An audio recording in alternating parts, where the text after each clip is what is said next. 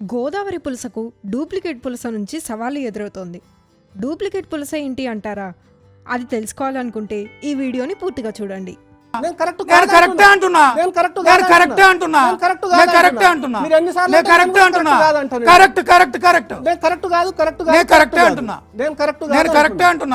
తూర్పు పశ్చిమ గోదావరి జిల్లాలను వేరు చేసే గోదావరి నదులు ఎర్రనీరు వస్తుందంటే చాలు ఓవైపు భయం, మరోవైపు ఆనందం.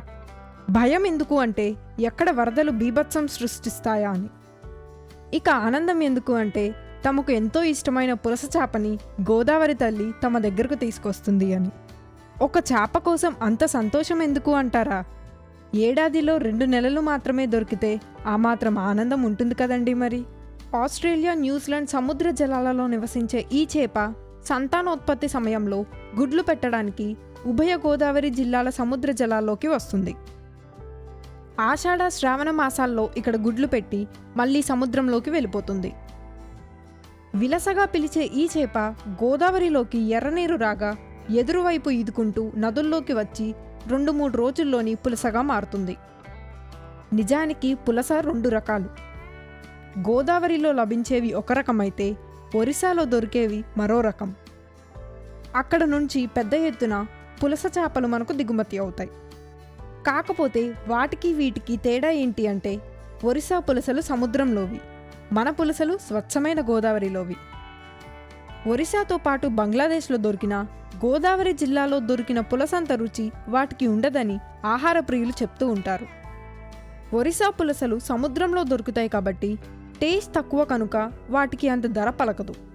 కానీ కొంతమంది వ్యాపారులు ఒరిస్సా పులసని గోదావరి పులసగా నమ్మించి వేల రూపాయలకు అంటకట్టేస్తూ ఉంటారు. వీటి గురించి తెలియని కొనుగోలుదారులు అవే నిజమైన పులస అని నమ్మి మోసపోతుంటారు. కొందరు విలసని పులసగా అమ్ముతూ ఉంటారు. ఇలా కొనుగోలుదారులు మోసపోకుండా కొన్ని చిట్కాలు ఉన్నాయి. విలసలు తెలుపు రంగులో ఉంటాయి. పులసలు సగం తెలుపు, సగం గోధుమ రంగులో ఉంటాయి. పులసలు కోసినప్పుడు మధ్యలో చక్రాకారంగా ఉంటుంది. మిగిలిన ఏ చేపకు ఈ వలయాకారాలు ఉండవు. జస్ట్ రోడ్డు పక్కన బుట్టలు పెట్టుకుని అమ్ముకునే వ్యాపారులు కూడా రోజుకి 3 నుంచి 5 లక్షల రూపాయల వరకు పులస చేపలు అమ్మి సంపాదిస్తున్నారంటే మీరు నమ్మగలరా? కానీ ఇది నిజమండి.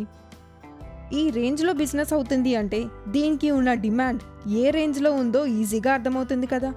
పులస చేప రూటే సపరేట్. కాకపోతే కొనేసాం కదా, తినేసాం కదా అనుకోకుండా వండే విధానంలో కాస్త కేర్ తీసుకుంటే చాలు. అప్పుడు మీరే అంటారు, ఆహా ఏమి రుచి, తినరా మైమరిచి అని. మొత్తం మీద డబ్బు ఉన్నోళ్ళైనా లేనోళ్ళైనా, పెద్దోళ్ళైనా చిన్నోళ్ళైనా, సినిమా స్టార్లు అయినా రాజకీయ నాయకులైనా ఎవరైనా సరే ఒక్కసారైనా ఈ సీజన్లో పులస చేప రుచి చూడాల్సిందే, బ్రేవ్ మనాల్సిందే. మీలో ఎంతమంది పులస చేప టేస్ట్ చేశారో కామెంట్ చేయండి. మరిన్ని ఇలాంటి ఇంట్రెస్టింగ్ అప్డేట్స్ కోసం మన హవీష్ మీడియాని సబ్స్క్రైబ్ చేసుకోండి.